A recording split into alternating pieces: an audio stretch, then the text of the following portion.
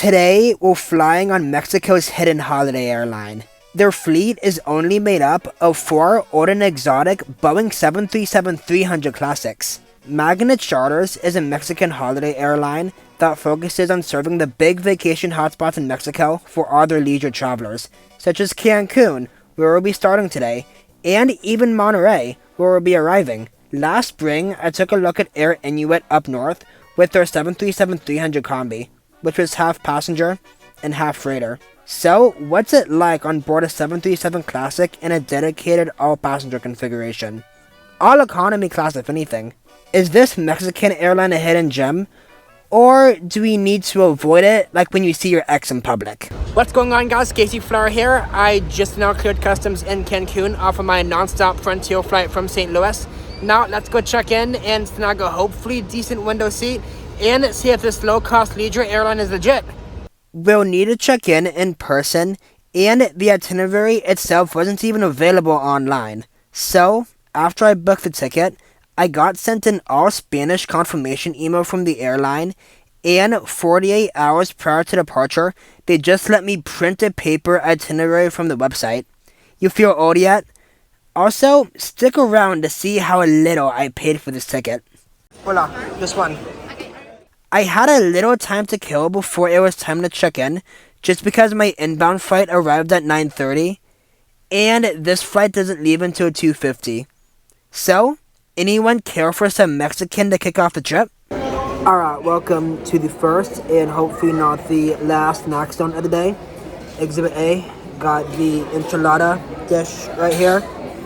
Exhibit B, got some Sprite with the ice glass that my phone is leaning on right now. Alright, it's noon. That was lunch. Now off to the ticket counter to camp out there until it opens so we could check in and grab a seat. Okay, so small mistake on my end. So, me being the genius that I am, instead of waiting at the airline's ticket counter as intended, I was actually waiting at the customer service counter. So, by the time I got to the actual ticket counter, the line was pretty long with everyone trying to check in. I was pretty worried as I didn't think I would get a window seat at all since I believe they assign it randomly first come, first serve. A good 10 minutes went by and I was eventually at the front of the line. It took them a little bit to verify my information, see who I was, properly check me in, and get my boarding pass out just due to the language barrier. But eventually, they gave me a boarding pass with an okay window seat. Unfortunately, I didn't have my earbuds with my mic for this flight, so the live commentary with my face will be limited until we get to Monterey. Or maybe, if you prefer not to see my beautiful face, then maybe this is good news for you. But despite all that, this is going to be a bus gate, and the bus just pulled up, so let's board. But once it pulled up, nothing happened to the boarding line, even though the buses were there. But as the scheduled departure time inched closer, the line was slowly moving, and it was go time to check out another classic.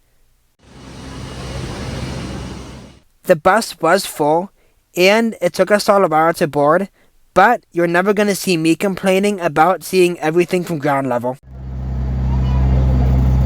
X-Ray Alpha Vector Charlie Echo will be the 29 years young 737-300 across the Gulf of Mexico!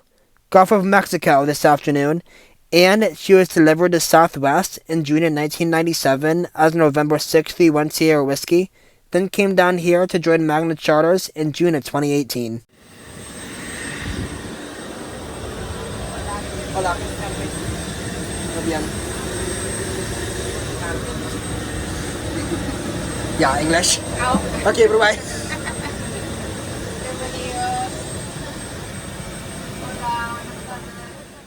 I made it to my home for the next 3 hours. Seat 10F has a width of 17, and a pretty okay pitch of 32. My first impressions of the seat weren't even that bad. It was pretty comfortable and cushiony. I've looked at Viva and Volaris, 2 other Mexican carriers, and their seats were the same way. The seat itself, though, was still pretty bare-bone, so no in-seat power or seatback IFE. However, the cabin itself was pretty clean for the age of the aircraft. Unfortunately, though, this did not reflect on the seats, as there was a variety of pretty gross spots on them, and the window scratches were also really bad. Okay, fine. Let's be realistic. 29 really isn't that old for a plane.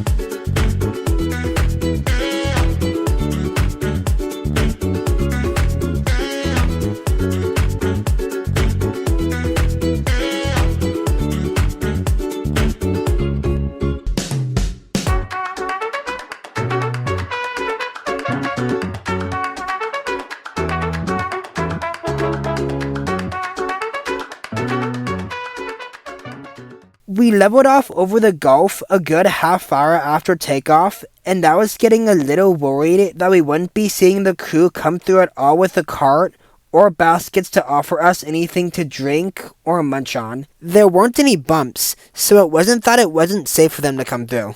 The only thing in that seat back pocket was the safety card. No menu or anything referring to any sort of service. I checked out the Wi-Fi situation on the climb out, and to not much surprise, there was nothing there to connect to. So, you'll be disconnected and bored if you didn't download anything pre-flight. But, honestly, that's good news for me, as it just means less writing these words and less yapping. Writing these voiceovers is typically my way of keeping myself busy on flights like these, where there's pretty much nothing, and the airline expects us to raw dog the whole flight.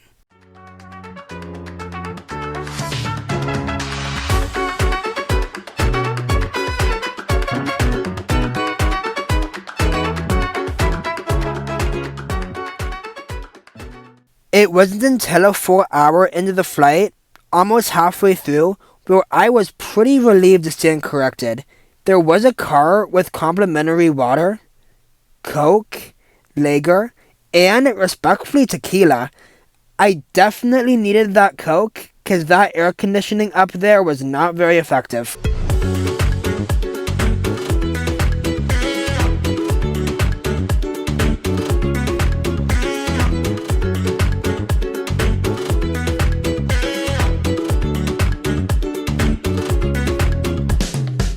About a half hour before landing, we made landfall over the west side of the Gulf. I'll use the rest of the time on the way in to rate this flight using my channel original rating system, the Raleigh rating scale. Very creatively named because my first name is Raleigh. If you're new here, I use this scale to rate and review my flights at the end of every one of my airline reviews. It has 6 different categories to see how well the airline did at each. So, on the rest of the way in, we'll go see how well Magnicharters did today. The service was an 8 out of 10. On the ground, everyone was very patient with our language barrier, and it didn't give me any issues with filming. They randomly assigned me a pretty good window seat with a nice wing view. On board they were friendly and welcoming. We didn't really see them for a good hour after takeoff, but it wasn't until about halfway in when they eventually did a drink service, but that was also it from them until the trash run before landing. It wasn't bumpy either. It was smooth, and they were still relatively inactive. The cleanliness was a 5 out of 10. The cabin was beautiful, with some very minor wear and tear, and it wasn't obvious. I had some problems with the gross spots on my seat, but I'll cut it some slack due to the relatively old age. I had most of my problems with all of the scratches on the windows, making it a huge pain to film out of, and I couldn't get any .5 shots with the whole wing and engine. It also made it difficult to enjoy all the views coming into Monterey. The Wi-Fi was a 0 out of 10, as there wasn't any available. The food was a 5 out of 10. There were complimentary drinks, but they just didn't come through until a full hour after takeoff. There was an okay selection though. Water, Coke, and a variety of tequilas. However, there were no meals or snacks provided, so bring your own on board. The entertainment was a 0 out of 10, as there was no internet, entertainment browser, seatback IFE, or NT power provided, so consider this your research homework and come prepared with downloads and a charged battery. The windows were also even too dirty at some points, so enjoy looking outside. The seat was a 9 out of 10. It was very comfortable, great cushioning, and it had the standard recline and legroom to what it would be on a normal flag carrier economy and even some premium economy. As mentioned, there's just no IFE or power, unlike the bigger flag carriers. So, it's a good thing to see this comfortable enough for the couple hours you would have it. So, the overall rating for this flight is going to be a 4.4 out of 10.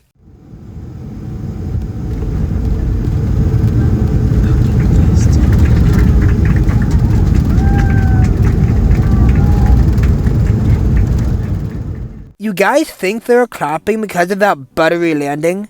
Or because their bare bones and boring flight was over?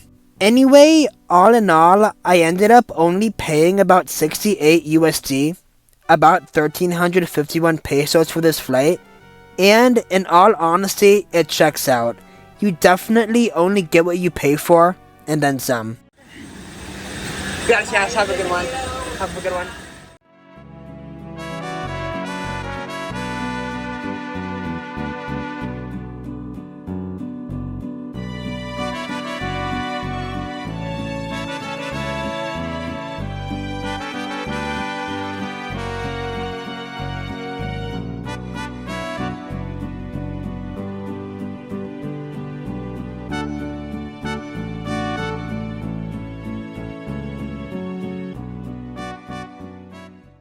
Alright, and welcome to Monterey. We are groundside. Hopefully you guys enjoyed my review on Magnicharters as much as I did on the flight. Final thoughts on it? Honestly, it was pretty bare bone, but also what did I expect for a 30-year-old 737-300 Classic? But yeah, it was okay. It was nice that we did end up getting a drink service in the end with some complimentary stuff. But yeah, I'm here in Monterey, gonna go ahead and go back to the TSA to get on my next airline to my next destination. I know what it is, but you guys gotta stick around for that. So I'll see you guys then for the next adventure. Bye for now.